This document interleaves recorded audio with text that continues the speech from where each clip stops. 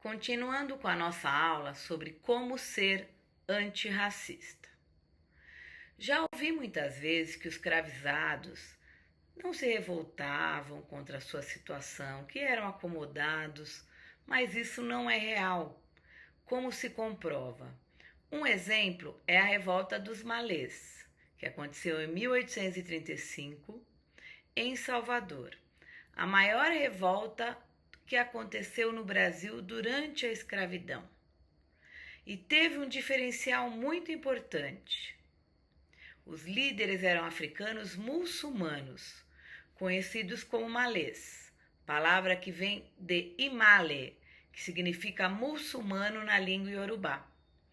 Esses homens sabiam ler e escrever em árabe, tinham uma forte organização e um plano claro, porque vocês sabem, ou quem não sabe, que os escravos não sabiam nem ler e escrever, se viam da África falando as suas línguas originais. Então, eles não falavam o português que se tinha aqui no Brasil. Então, eles se comunicavam em árabe. E a revolta, ela foi descoberta antes do tempo e durou apenas algumas horas, mas o impacto foi enorme. Por quê? Porque eles tinham um plano que era acabar com a escravidão e com o domínio dos brancos sobre os africanos e seus descendentes. E essa revolta mostrou que as pessoas escravizadas não eram passivas como muita gente pensa, né? Eles pensavam, se organizavam e lutavam por liberdade e dignidade. E isso deixou um grande medo entre as elites da época, né? Porque provou que a resistência era real e viva. O quilombo já durou um pouquinho mais, foi de 1530 a 1888. Já existiam antes e depois dessa revolta dos malês. A resistência também acontecia de outras formas. Então, uma das mais importantes foram os quilombos. O que são os quilombos? Eram comunidades formadas por pessoas que fugiam da escravidão sozinhas ou em grupos. E esses espaços eram verdadeiros territórios de liberdade. Ali se plantava, se criava, se orava, se amava e principalmente se via fora da lógica da escravidão. Podiam cultuar suas religiões, suas culturas, das que eram vindas da África. E o mais conhecido é o Quilombo dos Palmares, que fica em Alagoas, que resistiu por quase 100 anos e teve como uma das maiores lideranças Zumbi dos Palmares. Mas é importante lembrar que quilombos existiram em todo o Brasil, não só esse de Palmares em Alagoas. Por quê? Porque quilombos eram redes de resistência, cultura e esperança. O fato de o Brasil ter sido um dos últimos países da América Latina a abolir a escravidão, que foi em 1888, revela muito sobre o quanto o sistema escravista estava enraizado na nossa estrutura econômica e social. Então, as pessoas tinham muita dificuldade de desistir da escravidão, do mercado escravocrata. Apesar de várias pressões internacionais, especialmente da Europa, em plena Revolução Industrial, que iniciou na Inglaterra, que precisava de novos mercados consumidores, de mão de obra assalariada, porque o escravo não recebia salário, ele também, como não recebia salário, não conseguia consumir. Então, o Brasil resistiu ao fim da escravidão muito, porque a sua economia ainda dependia muito fortemente do trabalho escravizado, principalmente na agricultura e nas fazendas de café. E nós temos negros que entraram para a história, pela luta contra a escravidão. Primeiro, a Dandara dos Palmares, que foi uma das maiores lideranças negras do Brasil. Guerreira, estrategista, ela lutou ao lado do Zumbi na defesa do Quilombo dos Palmares, símbolo de resistência contra a escravidão. Além de lutar nas batalhas, Dandara ajudava a organizar a vida no Quilombo e acolher quem fugia da escravidão quando chegava no Quilombo. Quando Palmares foi destruído, Dandara preferiu morrer a voltar a ser escravizada. Seu nome representa a coragem, liberdade e resistência das mulheres negras na história do Brasil. ela era esposa, né, do Zumbi dos Palmares, lutou ao lado dele. O Zumbi foi o maior símbolo da luta contra a escravidão no Brasil. Nascido no Quilombo dos Palmares, foi líder, guerreiro e defensor da liberdade do povo negro. Lutou por um Brasil livre da opressão, da escravidão, organizando a resistência por quase 20 anos. Quando ele foi morto em 20 de novembro de 1695, por isso que o Dia da Consciência Negra, no dia da morte dele, em homenagem a Zumbi, então ele lutou 20 anos, né? Não foi uma situação de um tempinho só, né? E seu nome se transformou em símbolo de coragem, resistência, consciência negra, que é o feriado, né? E aí nós temos Luiz Gama, que foi um homem negro, abolicionista, então alguém que lutou pelo fim da escravidão, e símbolo de inteligência e resistência. Nascido livre, foi vendido como escravo, ainda criança, mas conquistou a sua liberdade, se tornou advogado, jornalista e poeta. Mesmo sem um diploma oficial, libertou centenas de pessoas escravizadas por meio da justiça. Usou a palavra e o conhecimento como armas contra o racismo e a escravidão. Hoje ele é lembrado como um dos maiores heróis da luta pela liberdade. Esperança Garcia foi uma mulher negra escravizada no Piauí e é considerada a primeira advogada do Brasil. Em 1770, ela escreveu uma carta ao governador denunciando os maus tratos que sofria e pedindo justiça, um ato de enorme coragem para a época. Com sua escrita, Esperança mostrou que pessoas negras também sabiam pensar, argumentar e lutar por direitos. Hoje é símbolo de resistência, voz e coragem das mulheres negras na história do Brasil. José do Patrocínio, político, né? Foi jornalista, escritor e um dos maiores líderes do movimento abolicionista no Brasil. Usou a palavra e a imprensa para lutar contra a escravidão e denunciar injustiças. Foi um estrategista político importante para a abolição da escravatura em 1888 e símbolo da coragem e determinação na luta pela liberdade. Eu poderia colocar inúmeros negros, personagens negros da nossa história, mas como eu sei que as pessoas hoje em dia não assistem vídeos longos, né? Então, quem se interessou, pesquise na internet, leia livros que falam de negros que entraram para a história. Eu nem coloquei o meu favorito aqui, porque Machado de Assis muita gente já conhece, o maior escritor, na minha opinião, brasileiro. Foi um negro, ele tinha uma mistura e ele tinha uma escrita irretocável, os livros deles, né? Memória Póstuma, Dom Casmurro, uma das maiores literaturas do Brasil e do mundo. Mas pesquisem aí negros que entraram para a história. E aí a gente surge no século XIX, quando, né, a gente tem o fim da escravidão, a gente vai ter uma ideia de nação brasileira e surge um racismo científico, que é o quê? Que defendia a ideia que a raça branca era superior às demais. E esse pensamento influenciou políticas públicas e sociais no Brasil.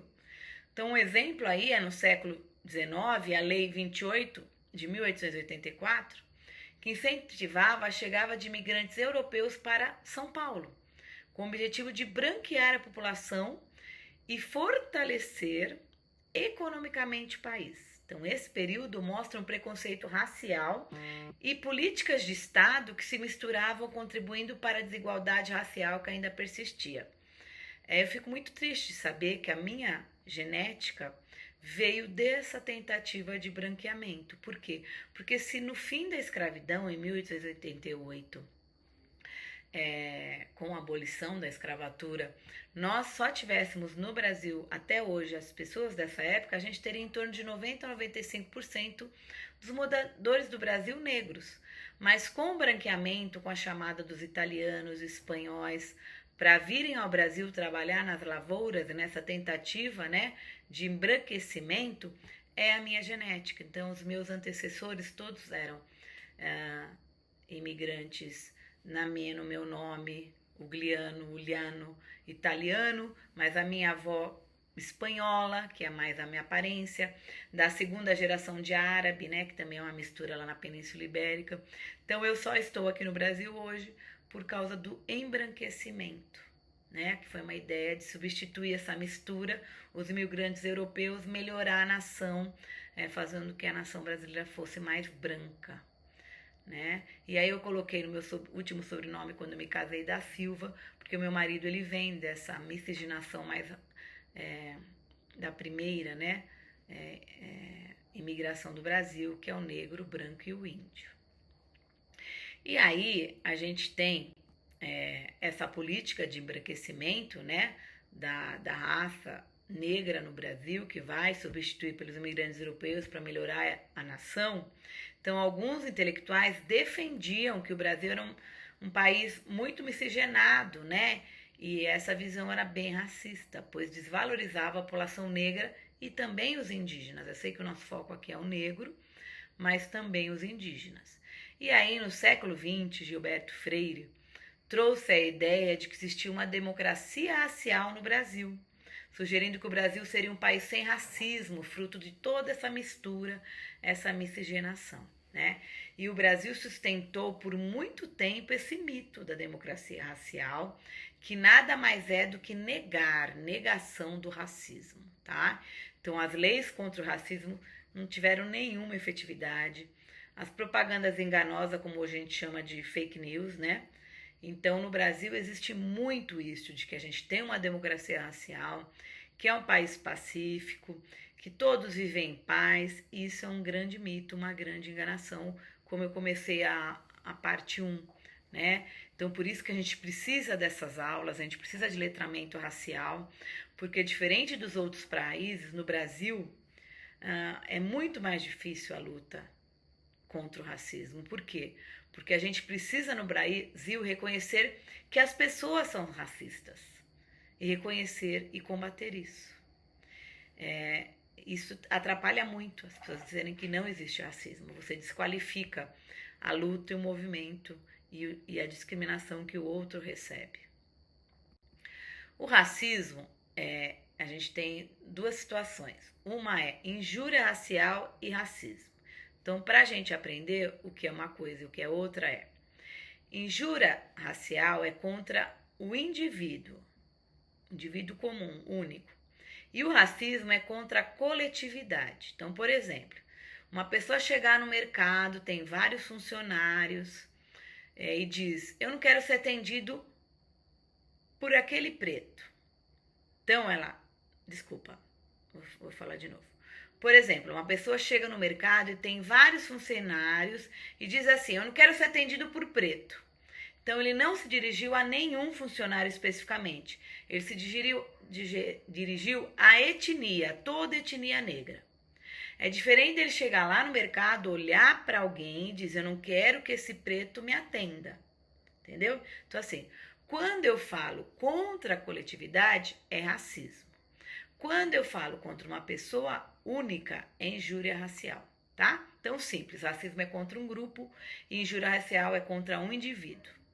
E aqui cabe uma reflexão do antropólogo congolês Kabelenge Munanga, que diz: não somos racistas, racistas são os outros. Por quê? Porque todas as vezes que a gente vê essas situações na TV, né, de injúria racial, de racismo, o racismo é sempre visto como algo externo, distante dos outros. Ninguém pratica racismo, mas sempre conhece alguém que é racista. Então, se você perguntar: você pratica racismo? A pessoa vai falar não. Já foi feita essa pesquisa. Mas se você diz assim: você conhece alguém racista? Todo mundo diz que sim. Então, é isso que eu quero mostrar. A diferenciação de injúria, que é contra o indivíduo, quando eu aponto e foco em alguém, e racismo é contra uma coletividade. Algumas legislações políticas que foram para reparar tantos anos de escravidão. Então, nós tivemos em 1951 a Lei Afonso Arinos, que foi o primeiro passo jurídico do Brasil no combate à discriminação racial, reconhecendo que o racismo existia e precisava ser punido, mesmo que foi de uma forma branda, né? Em 88, que é a nossa Constituição, a última Constituição que está valendo, a Constituição Cidadã, a Constituição Democrática, ela vai garantir o direito de igualdade para os negros, proibindo a discriminação racial. Então, ele coloca o racismo como um crime inafiançável e imprescritível. No entanto, nós não temos uma pessoa presa atualmente pela prática julgada e condenada pelo racismo. Elas são presas provisoriamente, mas apesar de acontecerem tantos fatos, ninguém realmente foi condenado e ficou preso por racismo. Em 2002, nós vamos ter a lei das cotas para os alunos negros e afrodescendentes. Então, essa é uma ação afirmativa. Então, eu afirmo que houve o racismo e aí eu tenho as cotas para reparar este problema e ampliar a educação dos nossos alunos no nível superior, a educação superior, que ainda é uma educação muito restrita, né? Em torno de 33% das pessoas vão para o nível superior no Brasil. Em 2003, a gente tem o ensino de história e cultura africana. Então, é a obrigatoriedade nas escolas para valorizar a cultura e a história dos povos africanos e afrodescendentes a fazerem parte do currículo tanto da educação básica como no nível superior. Eu tenho uma aula que é uma das mais assistidas do meu canal, fico muito feliz, que é da educação das relações étnico-raciais, está aqui no meu canal, procurem lá, que fala que a partir de 2003 é obrigatório nós termos dentro dos nossos currículos a história e o ensino da cultura africana. Eu não tive, eu fiz faculdade de História de 93, depois a licenciatura na Pedagogia até 98, e eu não tive essa obrigatoriedade, mas depois, quando eu dei aula, até 2008, que eu ainda estava em sala de aula, como professora de História, eu corri atrás e eu valorizava muito inserir esse ensino nas minhas aulas. Que eu estou na supervisão e no Conselho Estadual já há um pouco tempo, mas na supervisão desde 2009, né? Então, eu não dou aula de História desde 2009. E 2023, agora, a gente teve o Dia da Consciência Negra como um feriado nacional. E aí, em 24, que ele vai valer para todos os estados, tá? Então, essa lei, que é a Lei 14.759 de 23, transformou, antes feriado apenas alguns estados e municípios, agora em um feriado válido para todo o território brasileiro. E como já disse na hora que eu falei do Zumbi, ele é a data da morte do Zumbi dos Palmares. Muito obrigada para quem me acompanhou até agora. A aula continua na parte 3.